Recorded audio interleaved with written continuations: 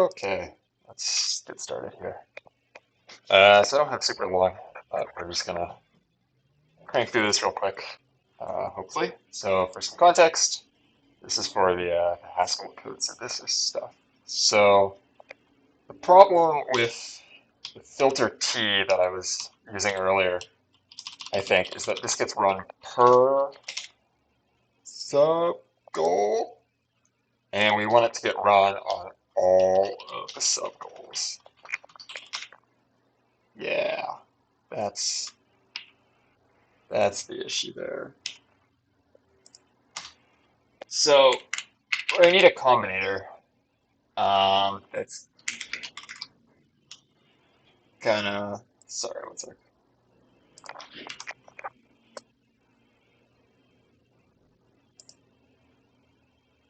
Yeah, so we're gonna need a combinator that lets us take a tactic T, judge X, error SM, and we're gonna need to collect together all of the subgoals, I think. Gather. Because then what we can do is we have, for each one of these subgoals, we have a way of solving a rule. Do we want a rule here? I think we want a rule T X.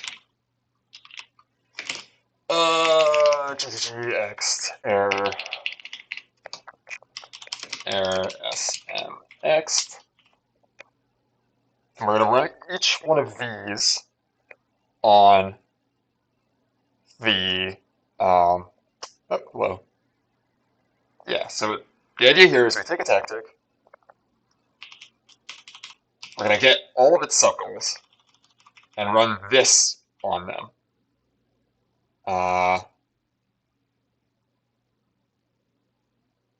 Yes, because we can use primitive rules here.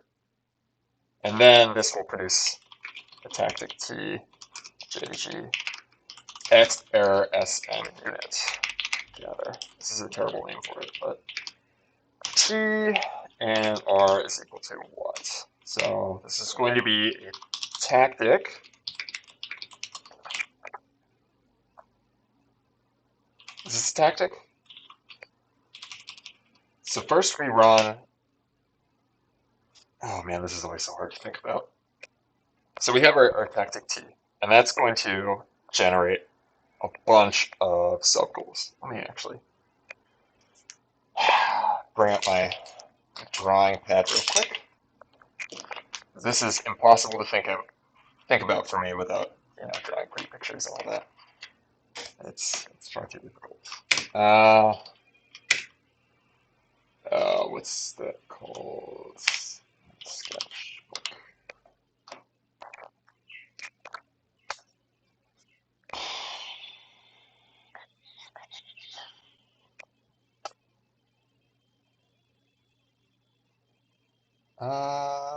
See, yes, sketchbook. Let's draw some pictures here. So what is a tactic? But a the way I like to think about that is they're sort of like boxes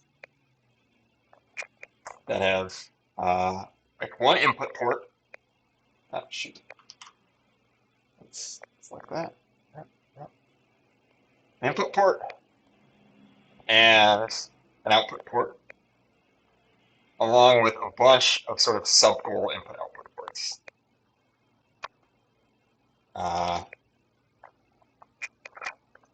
So what we want to do here, sort of abstractly speaking, is we want to, and these will change state as we sort of go through these.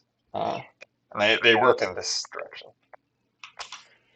So if we want to grab the state after all of these, run a check on it sort of in here, and then propagate out either a result or an error, right? And we want to use the same method to solve all of these.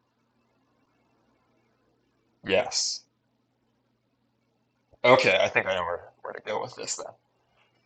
Um, yeah, so this is going to be kind of wonky because it's going to be a bit backwards. Because after thinking about this a little bit diagrammatically, and hopefully people will be able to tell me if this makes any sense or not. So this is the assumption tactic from isovector stream that we were trying. Assumption. So it's not an S. And these will maybe set the state, potentially. This will set the state, and this will set the state. We need to check the state sort of we were trying to check it downstream, is the problem, which we shouldn't be doing. We should not check the state downstream, we should be checking it up here, so sort of upstream. Yeah, ass. So that means the composition is going to be kind of backwards, I think. So if we go back here to Emacs,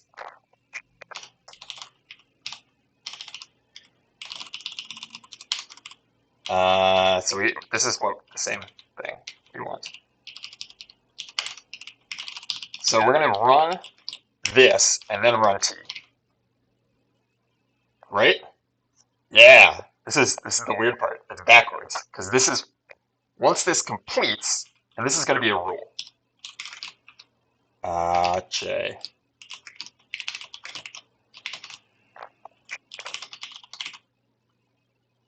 And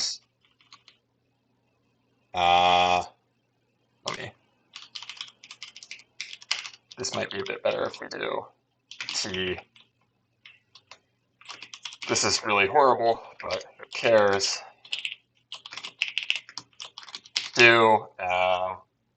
We're just going to return the result of sub goal J. No, it's not going to let me do that. Okay, that's fair.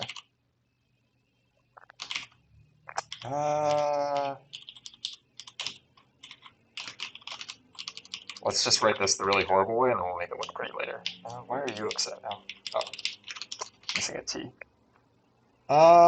Okay. So this is going to be the last stage. Actually, where check is going to be a tactic. T JDG X error S unit. Check is equal to rule J. Cool. This is check. So this is where we do this thing. Do E sub goal J.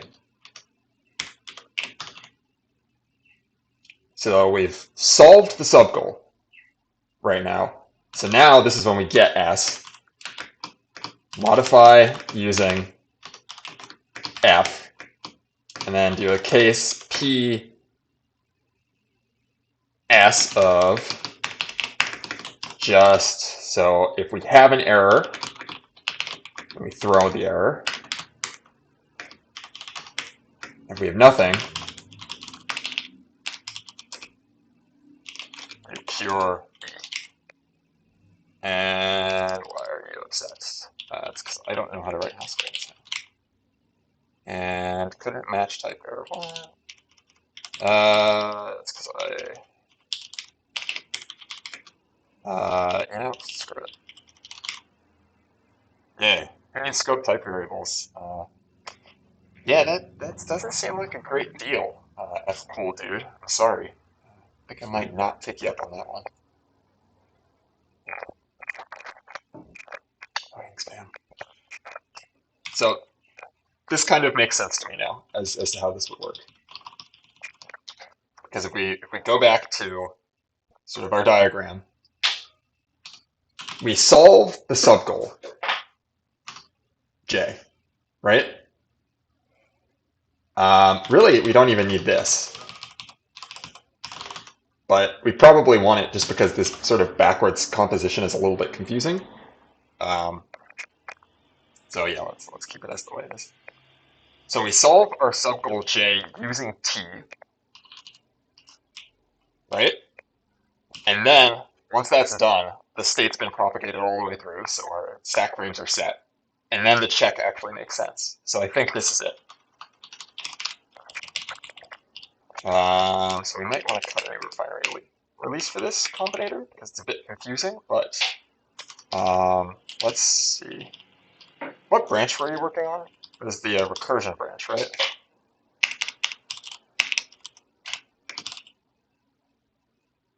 What was it doing?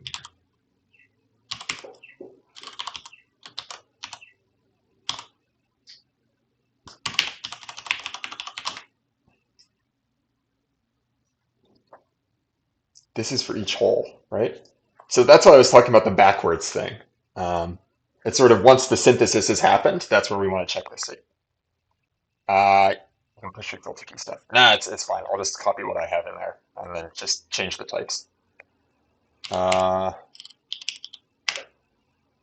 so is this recursion or do I want recursion frame? What the fuck? What's the right one?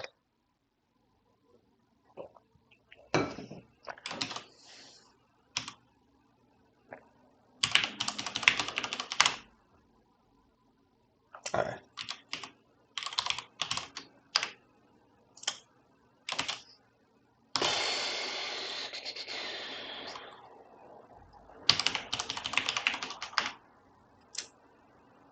Okay. So now we want, was it tactic.hs? Make that bit bigger. So it's this, what's it? Filter T. Where's filter T even coming from?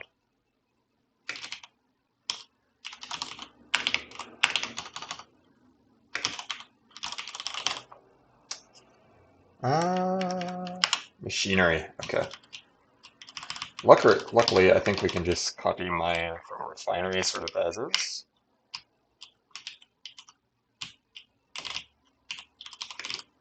And just replace this. Sort of whole cloth.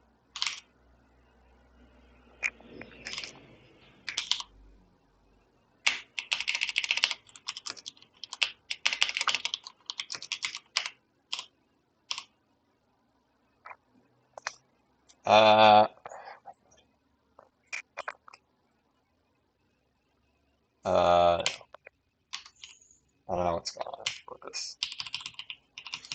For some reason my tooling broke for this stuff, but that's fine. I don't know why. We don't need it.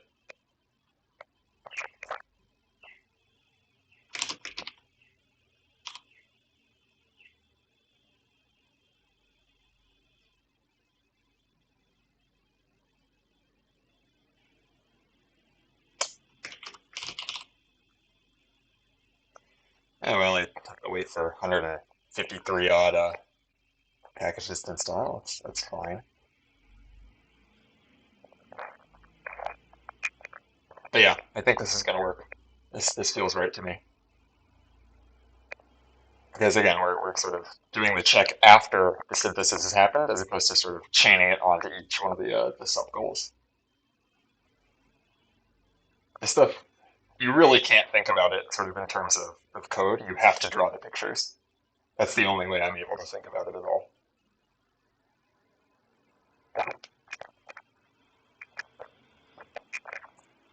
And like honestly, working abstractly is far easier, in my opinion, when you're doing this, because it sort of removes all the other things that could be wrong. Exactly. Except for instead of drawing the pictures using like terrible ASCII diagrams that make absolutely no sense. I still don't understand those. Um, we can draw them using like a pencil and paper, and everything makes a lot more sense suddenly. And our composition patterns are quite simple compared to theirs.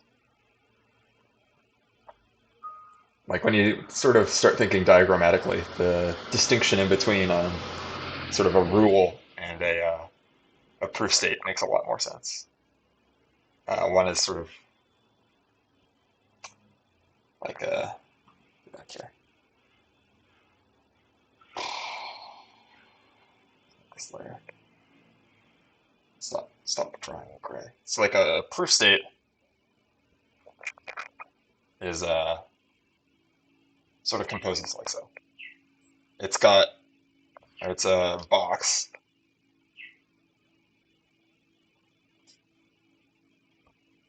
that does requests for subgoals, and then these extracts come back and make new subgoals. Well, I guess these aren't really arrows, they're more like points of JDJ, and then like arrows flowing back in, and points and arrows flowing back in. And then axiom is this sort of like done point, whereas, as it proof state, whereas rule is purely I make requests for extracts and I get back judgments, or judgments, extract, judgment, extract, and then I poop out an extract at the end. Which is why we need the sort of the state T over proof to get a tactic, because that finishes up the wiring here. I don't know. There's a reason I haven't done this talk on how this thing works quite yet. It's because I'm really bad at explaining it, because it's quite difficult. But these diagrams are pretty much critical to any sort of understanding of what's actually going on. It also sort of lets you see how this could be used for things that aren't program synthesis, like differentiation and stuff like that, or symbolic integrators and all that jazz. Is this not in scope? Yeah, that's fair. Let's make this modify. Probably within like, I don't know, either this week or the week after, because Thanksgiving is coming up, so I have to think about that.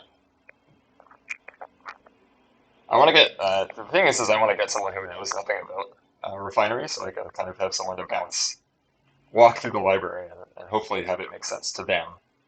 I was gonna get Solomon to do it, but scheduling is tricky.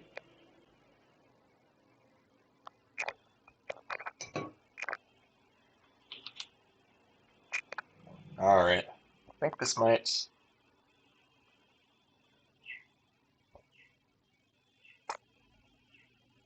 Any second now. Oop. Why did the path change?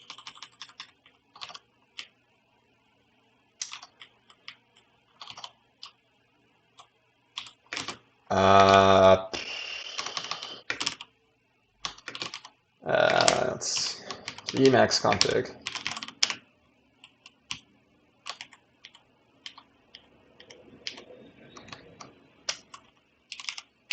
Did I not? There it is. There we are.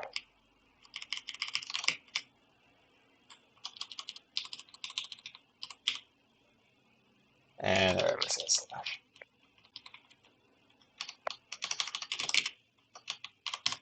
Tackle that. Oh. And let's make sure that's set. Cool.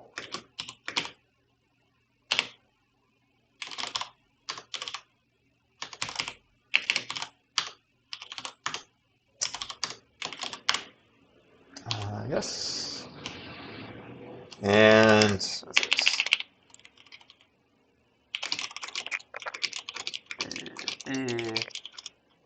List of A. This is B, list of A. 2B.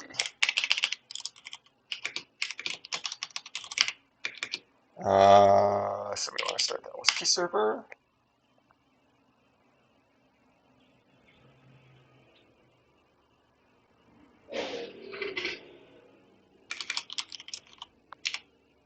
What? Why isn't auto showing up? What's the deal with that?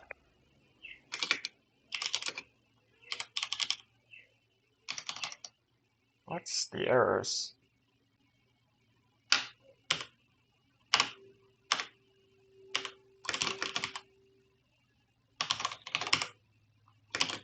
Got no errors.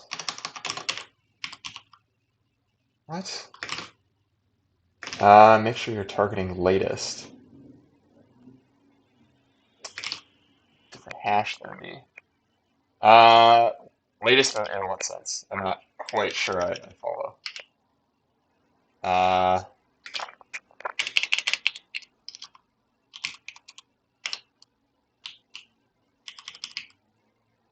Uh, latest HLS build. I'm pretty sure I am. So I just did a stack build here, so I don't know. Yeah. Stack. Stack. Which. Haskell.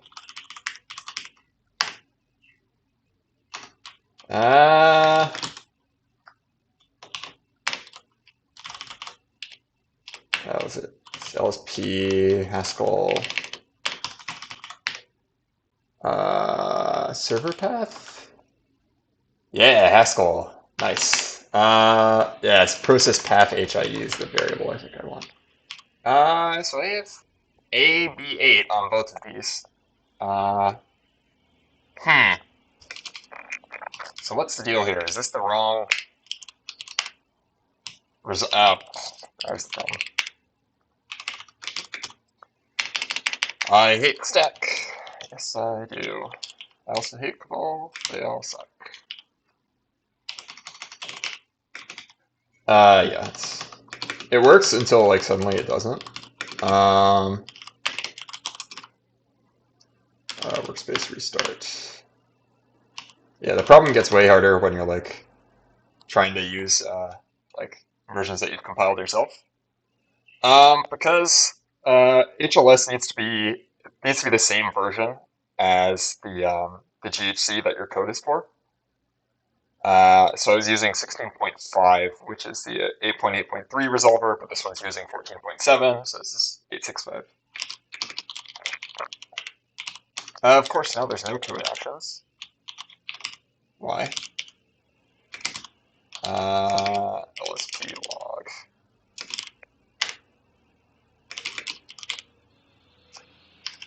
Standard error.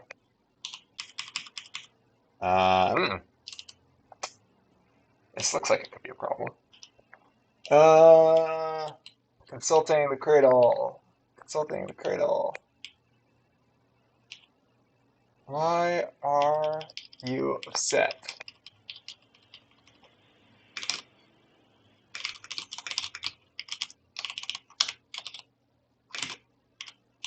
So you're running. That is also why I haven't been working on it as much, because for some reason everything broke.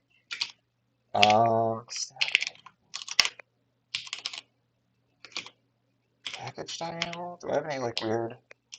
No, this isn't good. Pick the standard. Yeah, that's probably for the best. Machinery. It'd be very anticlimactic if this worked, and I wasn't there to see it, but such is life. Hopefully Slack won't like die. I know it's been struggling today. Okay. In the meantime, who wants to watch someone struggle with HLS for God knows how long? Why? Okay. So you like loaded fine. What happens if I try and get like the type of something? No content endpoint. So this thing is just like totally fucked. LSP workspace. Shut down. So let's start LSP again. It's like screaming about some like GHC IDE options or whatever. I don't really understand what the deal is there.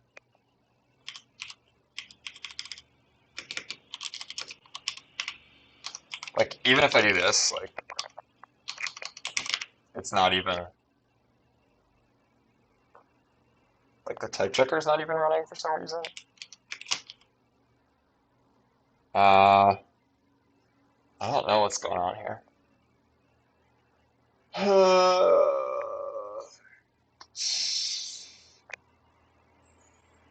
Consulting, so this is built for GHC 8.8.3. Yeah, maybe this one's getting confused. Exact.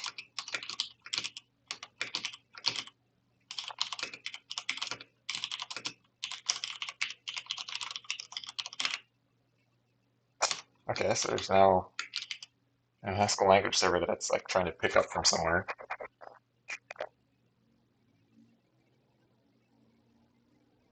Huh.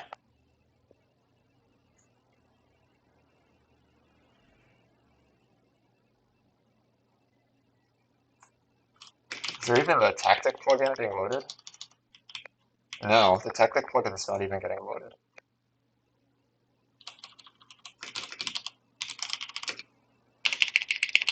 OSP Haskell HIE path. Is there some like other option that I need to be setting? Oh, for fuck's sake, there's another option I need to set. That stinks. Interesting. So it's not working. Huh. Thought that would have worked. Q OSP Haskell server path.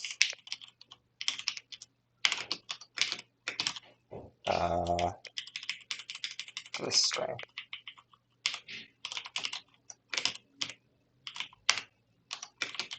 OSP workspace restart.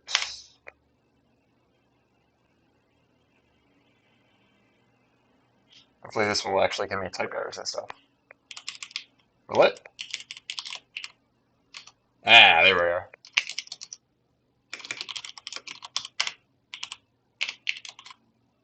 Attempt to fill hole. Cool. Yeah, it's not working, but at least OSP is running again. Okay, that's frustrating. Let's edit this so it doesn't break again. Was it LSP Haskell server path? Yeah.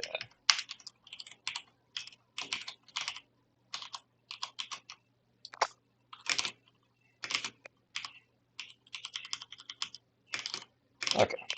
So why wouldn't this be working? So it's calling, at least it's doing this. So I show that the predicate is never true. So why would the predicate be never true?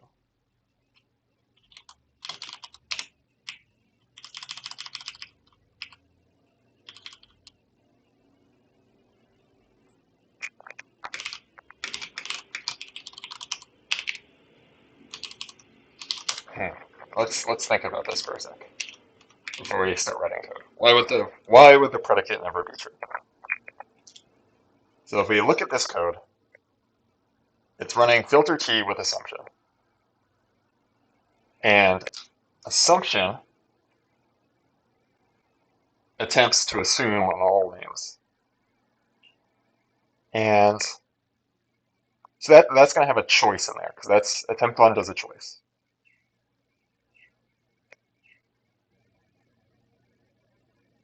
So this sets the recursion frame data to true. If it's, yeah. Set recursion. And the recursion frame, once it never gets set to false. So there's never any like junk with that. The only thing I can think of here that could be happening is attempt on uses choice, which in turn uses inner leave. So how does state interact with inner leave? Okay, how does state interact with inner leave? Well, it gets threaded through. And we never have a goal mismatch. Well, we will have a goal mismatch. This case will get hit.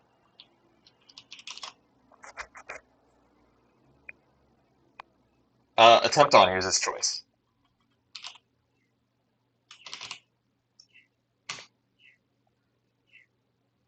So I'm just wondering if somehow attempt on and failure are sort of doing weird things to the state.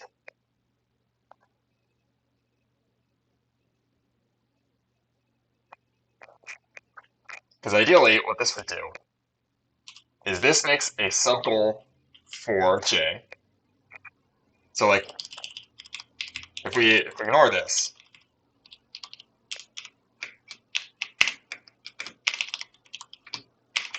this is like the identity tactic, basically.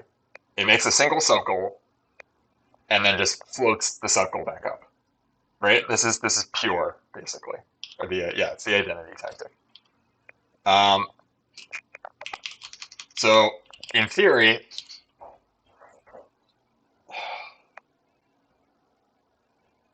yeah, so we run, make a subgoal for the judgment.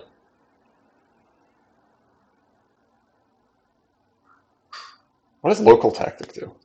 So this, oh, ooh, I think I understand this now. This filter T, because this is attempting to do it on all of the names, right? So get the current definitions. So on all of map first defs. So for all of the defs, let's get current definitions too. Okay, so this gets you all the defining functions. What's up? For each possibly recursive name, yeah.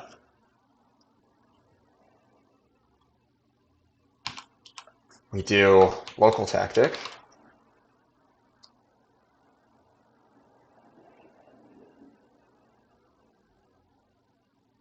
This is this matching? This is very similar to matching. So local tactic allows us to slightly tweak the judgment before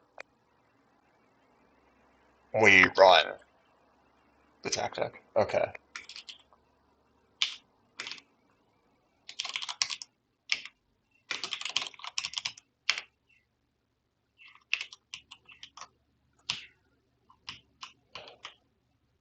Yeah, so we introduce the defs back into the context, and then we try it and call apply.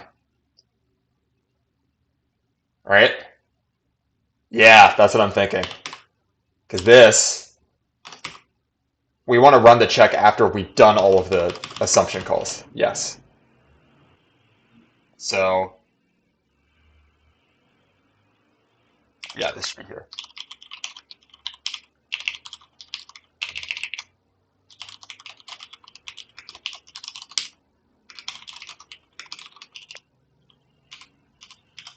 And this, with recursion stack, should happen before this. Because this is pushing stacks for each one of the arguments.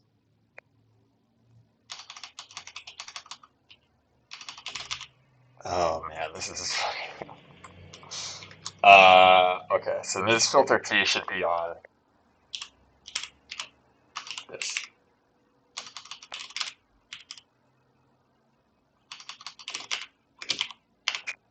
Yes.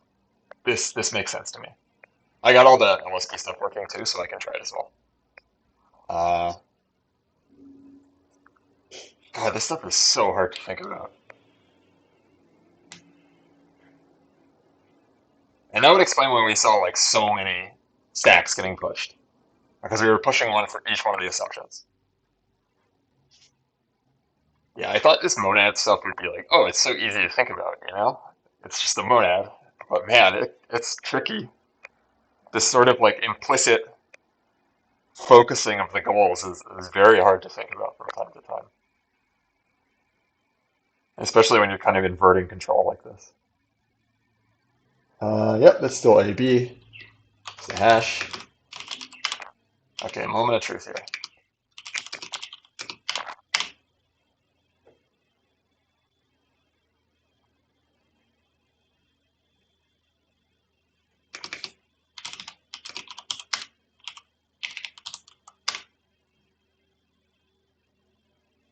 Okay, so it's doing recursive calls again. That's good. I still, it really does love pattern matching, doesn't it? So this is a valid recursive call though, and B is structurally, only one of these is structurally smaller. So I think this is right. So now it's just a matter of tweaking um, our sort of heuristics. So let's commit this real quick. What a lovely little change. It's so small. I want to add filter T to refinery at some point, but we're going to git commit. Um,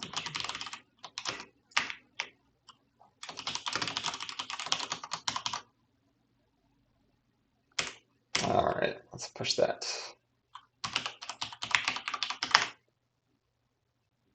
Yeah, so that's pretty slick. Good job. We did it. Through the power of staring at code and thinking really hard, we have solved the problem. So the problem I see here is that it's using all of its local binds somehow. So it's really clever about using all of its binds. I don't know how it's managed to outsmart us, but yeah, because there's no unused variable warnings here. Like it's using every single one of these, so it's figuring out a way to keep pattern matching, which allows it to introduce more bindings, which is good. Um, so let me check this heuristics code.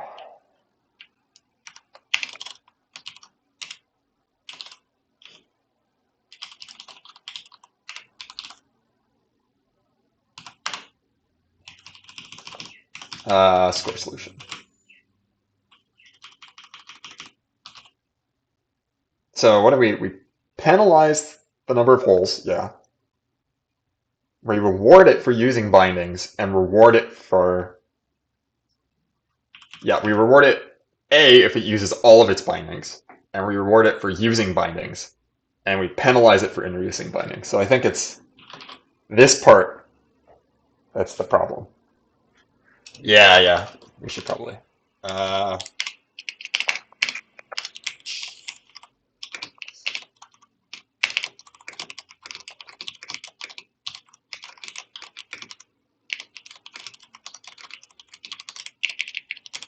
I'll even write it in sort of auto style, which is F underscore B L underscore A. God, this thing really does hate formatting code.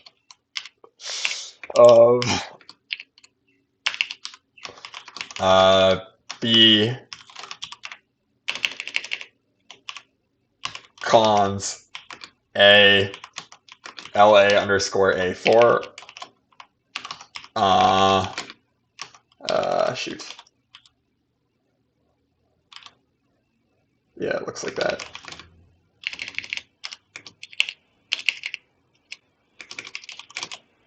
So this is then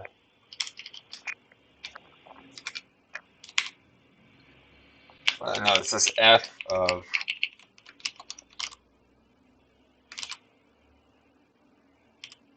what? I have an extra one. I know, I've kind of forgot what folder it looks like too, to be honest.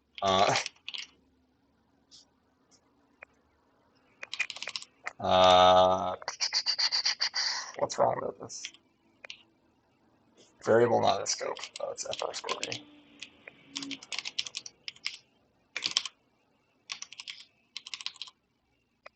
Why is this so slow? Oh.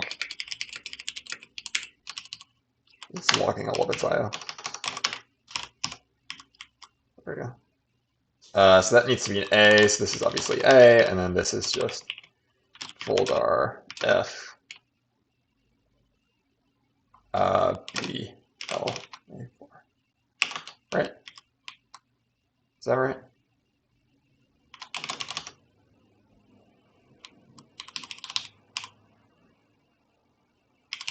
Why are you upset with me? Oh, it's because I have like 3 different types of errors in these buffers. Yeah, this is. Yeah, okay, so this is what we want. But and its infinite wisdom has realized, hey dog, if I keep adding bindings, I can keep getting points. This is great. Um, I don't think it tries apply instead of apply. Oh, that's a good point. No, it does, because it gets it here. It's just, it keeps going and pattern matching because it can keep getting points. So I think if we maybe get rid of this.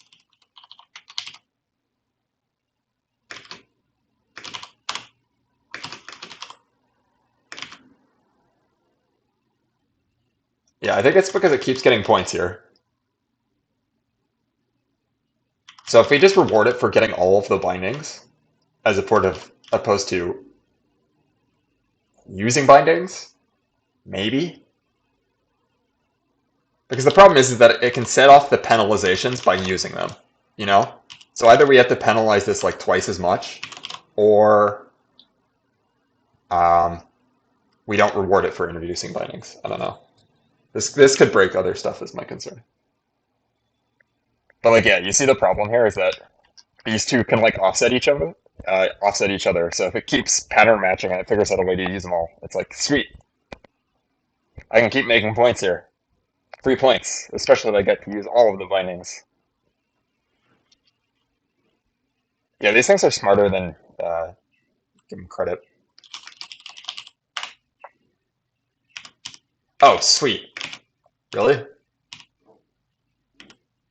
Nice. So we just need to penalize it more than we reward it.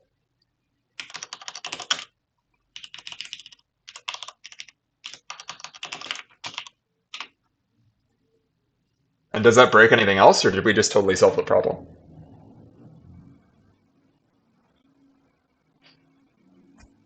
I think we got it. I think this is it. Yeah. So we penalize it before rewarding it for the bindings, right? I just want to make sure this code is right before trying it. But I think it's only right. Yeah, think we got it. Think this is it.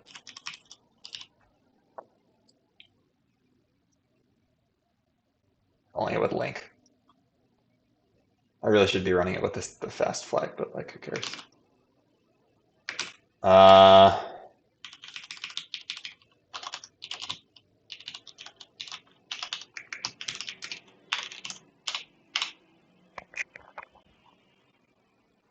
yeah, I mean, the problem with these heuristics is you're like, guys, I solved it.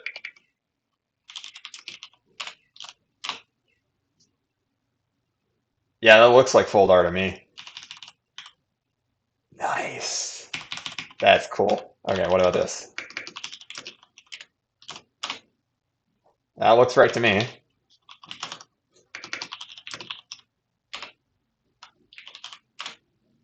That looks right to me. What about either prime? Either prime looks right to me. I think this is it. Uh, what about, yeah, from maybe? That's a hard one.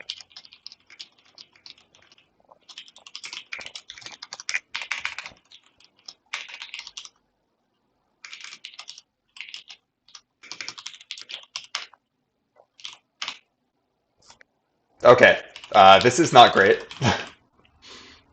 uh, so now it realizes that it can do recursion inside of from maybe. Because the A is technically structurally smaller. God, I hate these things. Oh man. Why is A2 structurally okay? That's sneaky. So I think the position kind of matters. Because this is bottom, right? Because it keeps casing on the MA over and over and over and over. Oh man, that's very funny. I mean, it fits the rules. It's one of its calls is structurally smaller. God, that's so stupid. Oh, Okay. So how do we fix this? So the problem with this is that it's being cheesy and like if I if I were a computer, what's wrong? Yeah, exactly. It's not really structurally smaller. Like if we're making a recursive call, this MA needs to be structurally smaller than the one from this, right? Like the positions matter, I think is the trick here. Yeah, I need to wrap this up soon. My lunch break is almost up, but I think this is the problem now. Is that our positionally smaller code, or yeah, our structurally smaller code cares about positionality. Otherwise, we can do cheesy stuff like this.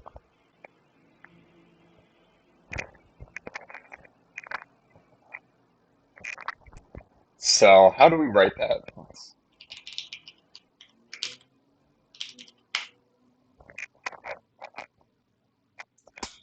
Huh.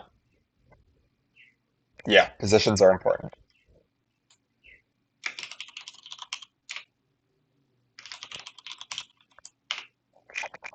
So when we're doing,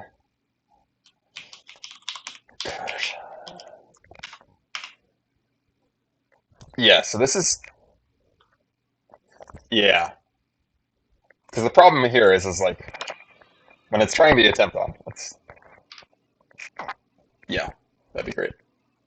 So let's switch back to this and let's think about this for a sec. So we have sort of a recursive call here.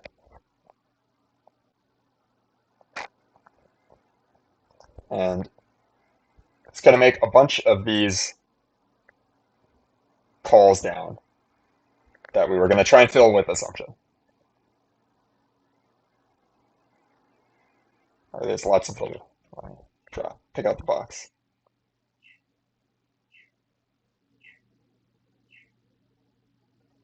And we're going to denote assumption via just A. It's the world's worst A. The problem is that this could use sort of anything from the hypothesis. So if any of them were structurally smaller, it could, go, oh, cool. Oh, look, guys. Ooh, I found it. Good job. Yay, me. I get points. Which is it's not great. Um,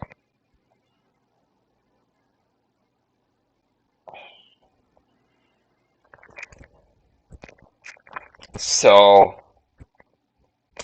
yeah, how do we track positionality? This is tricky. This is really. I guess maybe what we could do. So if we have our sort of our lambdas, right? Lambda f b x s. We need to track not only we need to track their positions. Know that when we do the case, well, I guess this is the wrong example here. This is the maybe case that's a problem. A, M, A. So we track their positions. We do the case of just A2. So we need to know that this pattern value came from that MA. Yes. So we store position for intro lambdas at the top level. Correct. And then when we make a pattern variable, we have to sort of link it back and say, not only is this a pattern variable, this is a pattern variable that came. You can use any var that doesn't have a position.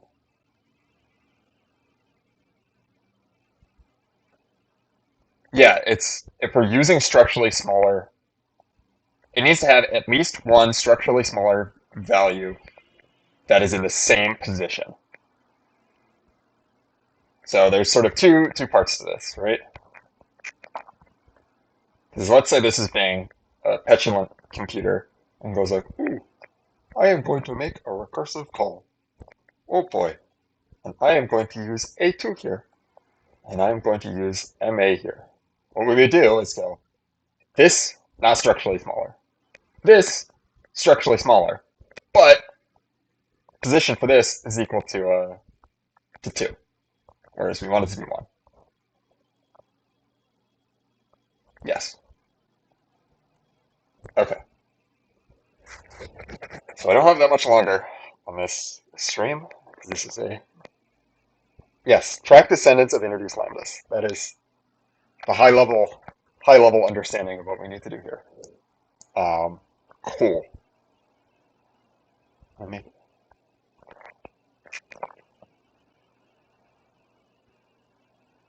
Yes, exactly. So, man, it is incredible how much you sort of learn about programming when you're trying to write programs that sort of automatically synthesize programming. Like there's all these sort of implicit decisions that you sort of make that are like so obvious that, don't even bear stating. But when you start writing code like this, they come sort of to the forefront very quickly. Um, Very interesting stuff. Yeah, because this is the only auto that I know of that tries to have like good computational properties, which is, I don't know, it's interesting. But yeah, I think I'm going to wrap this up for the day. We made some good progress. We solved our bug. Uh, and now we can kind of, yeah, synthesize full bar, which is, that's pretty exciting if you ask me. It's a hard problem to be able to just synthesize sort of any fold. So yeah, I'm going to call it a day for now. This is fun. Back to writing Java.